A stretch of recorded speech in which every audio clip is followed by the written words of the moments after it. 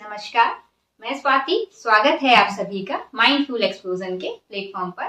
आज हम पढ़ेंगे क्लास 8 का आईसीएसई बोर्ड का एक फिजिक्स का टॉपिक है इलेक्ट्रिसिटी, जिसमें हम ये सभी चीजें पढ़ेंगे कि इलेक्ट्रिसिटी क्या होती है, इलेक्ट्रिसिटी आपकी जो प्रोवाइड होती है वो कैसे होती है, कौन कौन से इसमें डिवाइसेस यूज होते हैं और कौन कौन से जो ऐसे डिवाइसेस हैं जो इलेक्ट्रिसिटी पे वर्क करते हैं वो कैसे वर्क करते हैं, वो सब चीजें हम इसमें पढ़ेंगे।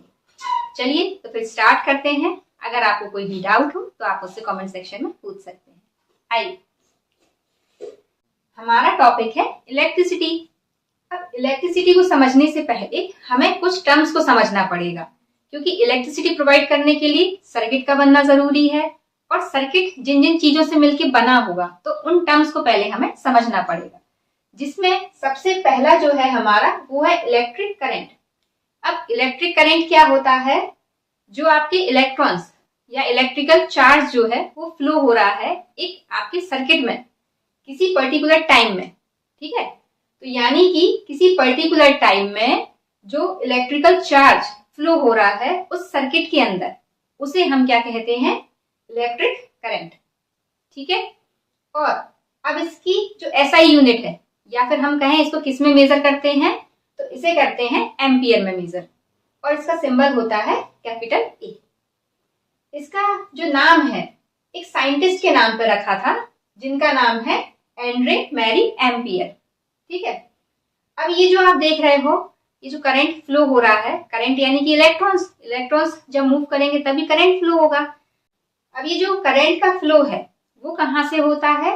वो आपका पॉजिटिव चार्ज से नेगेटिव चार्ज की तरफ होता है। अब ये मैं आपको भी डिटेल में समझाती हूँ, ये चार्ज जो आपका जो डायरेक्शन है कैसे हो रही है, ठीक है।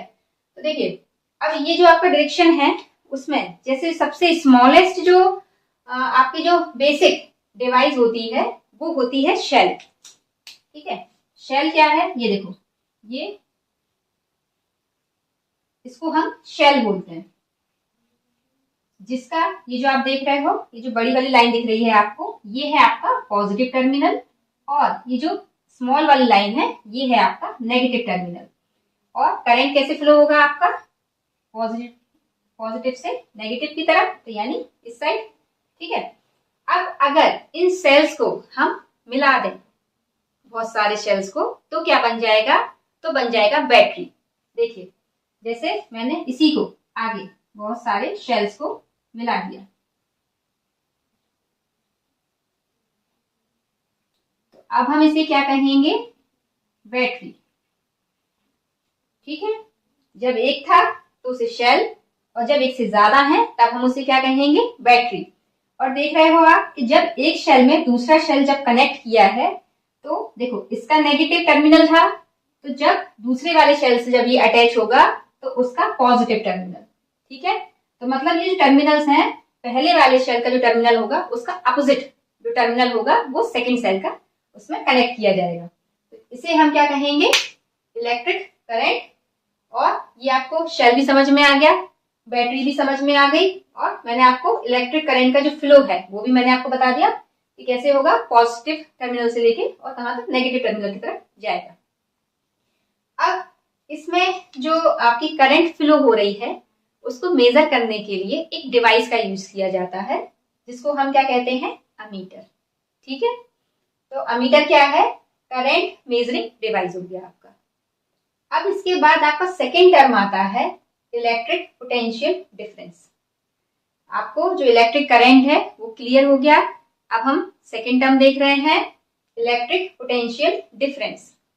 देखिए, आपको समझ आ रहा है पोटेंशियल डिफरेंस? डिफरेंस मतलब क्या होता है? अंतर, यानी कोई दो चीजें रही होंगी उनके बीच में डिफरेंस। तो देखिए क्या होता है, जो सर्किट है, सर्किट में कोई दो पॉइंट्स, ठीक है, दो पॉइंट के बीच में जब एक कोई भी एक इलेक्ट्रॉन कह लीजिए, जो इलेक्ट्रॉन्स है वो एक पॉइंट से दूसरे पॉइंट की तरफ जब मूव करते हैं, ठीक है, एक पॉइंट से दूसरे पॉइंट की तरफ जब मूव करते हैं, तो मूव करने के लिए जो उन्हें काम करना पड़ता है उसे हम क्या कहते हैं?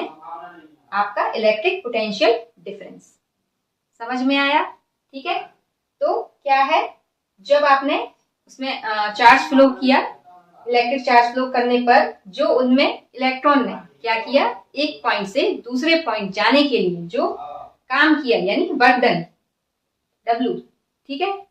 तो जो वर्क किया उसको हम क्या कहेंगे, इलेक्ट्रिक पोटेंशियल डिफरेंस, और इसे हम किससे शो करते हैं, V से, क्योंकि इसे हम वोल्टेज भी कह सकते हैं, ठीक है। तो ये क्या है, कैपिटल V से हम क्या शो करते हैं, आपके इलेक्ट्रिक पोटेंशियल डिफरेंस को,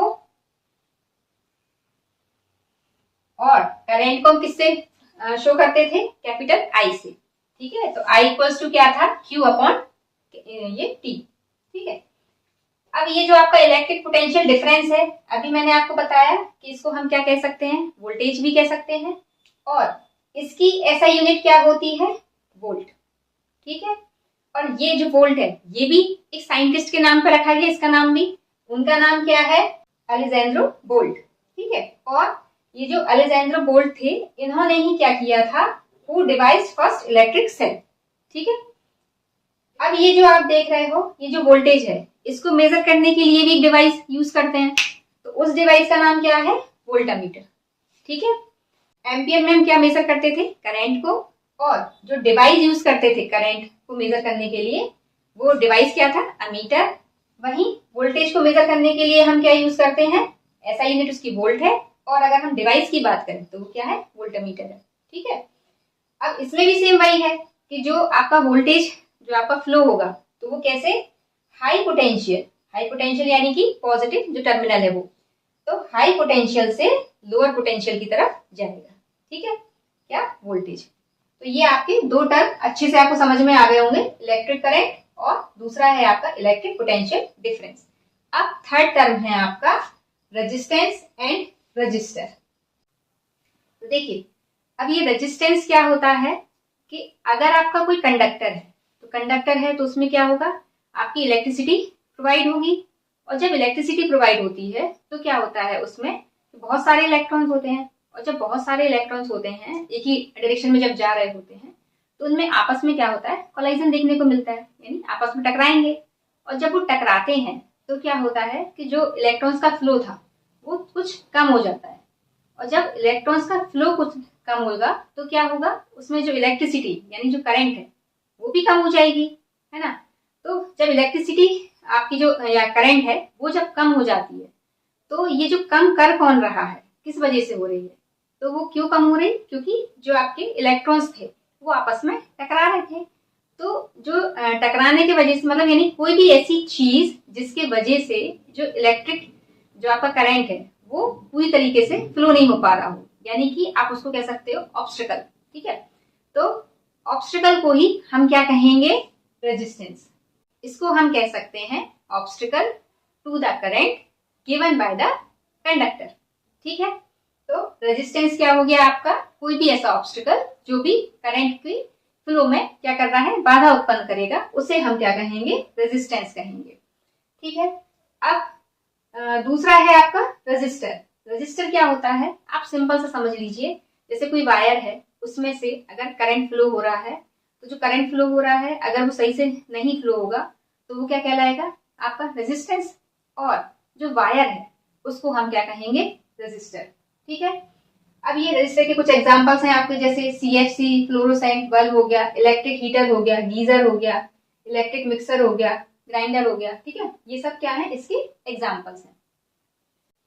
रेजिस्टेंस का सिंबल क्या होता है, उसका सिंबल होता है आपका कैपिटल R, और ये किसके इक्वल होता है, आपके V अपॉन I के, यानी कि जो इसमें वोल्टेज दिया गया वो और जितनी करंट इसमें सप्लाई हो रही है उनके रेशियो को हम क्या कहते हैं, आपका रेजिस्टेंस। अब सपोज करिए यदि हम वोल्टेज को क्या करते हैं, इसकी वैल्यू हम 1 कर दें, यानी कि जो हमने वोल्टेज प्रोवाइड किया वो 1 वोल्ट हो, और जो करंट प्रोवाइड हो रही है वो भी क्या हो, 1 एम्पियर हो, तो आपका रेजिस्टेंस की वैल्यू क्या हो जाएगी, उसकी वैल्यू 1 हो जाएगी, ठीक है। अब इसकी ऐसा यूनिट क्या होती है, इसकी ऐसा यूनिट होती है ओम्स, और इसका एक सिंबल होता है ओम का, आप इसको ऐसे दिखाते हो, ठीक है। और इनका नाम भी एक साइंटिस्ट के नाम पर रखा गया, इसका नाम जो थे जॉर्ज सिमोन ओम, ठीक है, ये था आपका इलेक्ट्रिकल।